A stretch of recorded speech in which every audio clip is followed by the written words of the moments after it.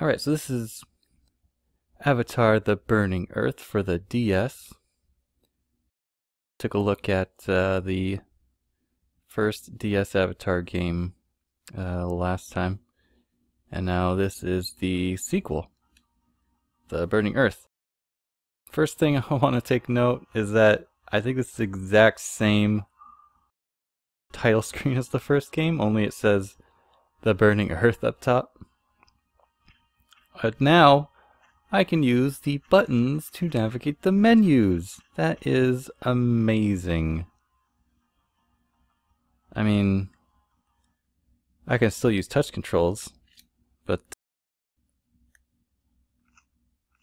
oh, yeah, I can still use touch controls, but I can also use the D-pad. What is all this? Oh. So this is, let's just go ahead and load up this game. I don't even know.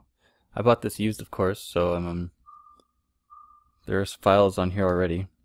Let's just go ahead and load this up, see where it is. Let's see, map is on the select button, look at that. We have a map that shows the area. This is Omashu. And look at that, the icon on the map is following me exactly where I go. If you haven't seen the review of the first game, that's going to seem like a really weird thing to point out, but the first game, it didn't work that way. So I'm just pointing out some much wanted improvements. So yeah, Aang, his basic attack, Y button, it's 2 hits in this game. Enemies drop money in the battle, so there's nothing that's dropped by them after the battle. That's just a change for the second game. Your party is now, I guess, reduced to 2 people. So like, you'll never have more than 2 people in your party at a time. This is actually probably I think it was my most favorite part of the game for me, is just this Omashu Infiltration thing, because the Fire Nation is so this game follows the story of the second season pretty well. Omashu has been invaded by the Fire Nation, and you sneak in and collect some stuff for the Resistance and report back to them, and stuff happens. I don't know what happened last on this file. Something else that's different is that you can no longer rotate the camera like in the first game, which isn't a big deal because layouts of the levels is a lot better. It doesn't require you to rotate the camera just to see things like the first game did.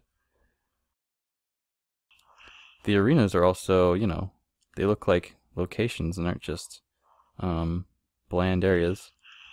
So the battle arenas are kind of better than the first game. Bending works a little differently. You no longer have just one chi gauge. You've got multiple, I guess, levels or something here.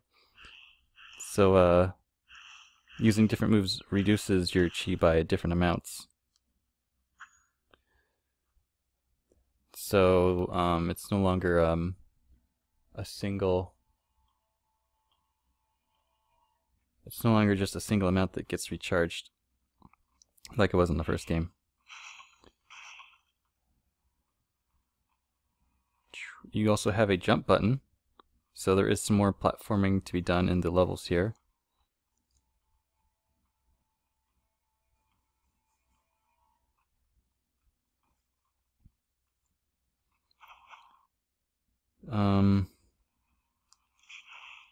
Gee, I just kind of like want to play, but I gotta talk about this. So this is just you know, an action RPG. It follows the second season of the show, like I said. I believe it follows tradition and does end with the drill.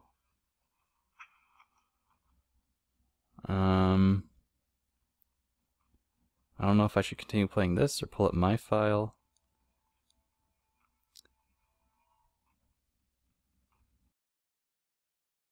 I guess I will, let's see, oh, didn't even look at items. Let's see if we can use items in battle here. I don't see, oh, so in this game, you pause to use items, which is different from the first game, again. I guess that's an improvement, because, I mean, as far as usability goes, I didn't really have a problem with the way they did it in the first game, but this does make it easier on the player to be able to just pause the game and use items. Oh, I can use the D-pad. I'm already out of practice. You can give things to Momo to get rid of them, if you just want to toss items. You've got an info button, that's pretty nice. Did that do anything? No? Okay, you can switch characters in battle, of course. Well, actually, you can switch characters anytime. Just tap on their face. But yeah, as you can see, there's only room for 2 portraits here because your party will only be 2 characters at a time. Now that's down from the 4 in the first game, but you do, I mean, more people will join your party, but only 2 of them will be in your party at a time. At the end of the game, you can pick who is in your party, but throughout the story, it's pretty much determined by the story who's going to be with you. There we go. You can change your special attack right there, and you just have a single special attack. I also want to note... Alright, we'll just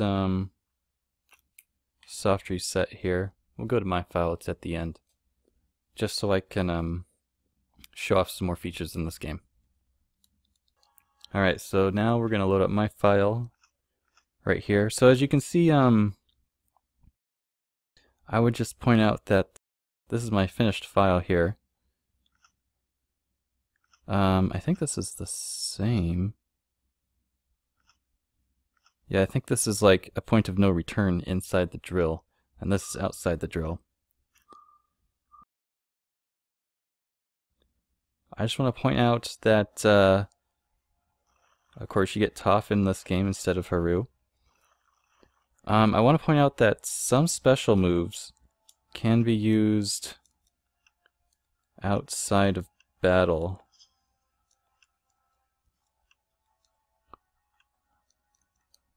Huh.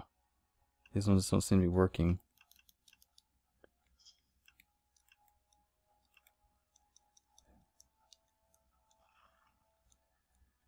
Anyway, there are some puzzles that require bending to bypass, and for some reason, I don't think the game ever told me that I can use some bending moves outside of battle, but you can. Appa lets you go to anywhere that you've previously gone. So again, another improvement from the first game is that you can return to old locations to, you know, pick up any side quests or maybe secrets that you didn't find. There are, again, during the game you can't really change characters, but at the end of the game you can. I believe Aang, yeah, Aang has to be in your party. Oh no! Aang does not have to be in your party. So that's cool. Anything else? Okay, so like here, I'll show you. Use Sokka's boomerang to clear brush. That's something that I don't think was explained, but it's something you can do. Also, there are inns now, so you can just pay a fee to heal yourself. Actually, no, you don't even pay a fee. You just you can go and heal yourself whenever you want. So let's see, what else can I talk about? So yeah, it's an action RPG. Said that 100 times already. There are more side quests to do in this game than the first. The combat is just overall improved. This is basically just an improved game overall than the first one. The only downside I would say is that it does follow the main story of the show. And by that I mean the level designs, or the game design as a whole, is a little more, I don't want to say linear, because, well, the game is shorter. At least it took me less time to finish. There's probably about the same length of story as the first game, only the first game required a little more grinding, where this game requires pretty much no grinding at all. You can just play straight through it. There's less areas to explore. Obviously, the world is more open to you by the end of this game, but in the first game there was more sort of just exploring in like areas.